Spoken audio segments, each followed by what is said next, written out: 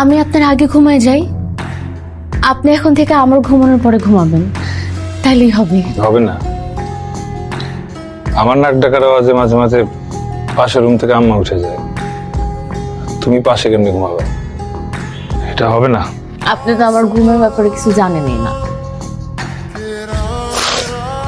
আমি একবার ঘুমাই গেলে ভূমিকম্পে যদি পুরো বিল্ডিংটা ধসে পড়ে যায় তাও আমার ঘুম ভাঙবে না। ছোটবেলা একবার কি হয়েছিল জানেন? আমি তখন অনেক ছোট, ঘুমাইতেছিলাম। রাত্রেবেলা আমাদের বাড়িতে বিশাল ডাকাতি হয়, ডাকাত এসে সবকিছু নিয়ে যায়। আমার ঘুমই ভাঙে নাই। উল্টা আমি সকালবেলা ঘুম থেকে উঠে আম্মারে বলি, আম্মা বাড়ির সব জিনিস বিক্রি করে দিচ্ছেন কেন?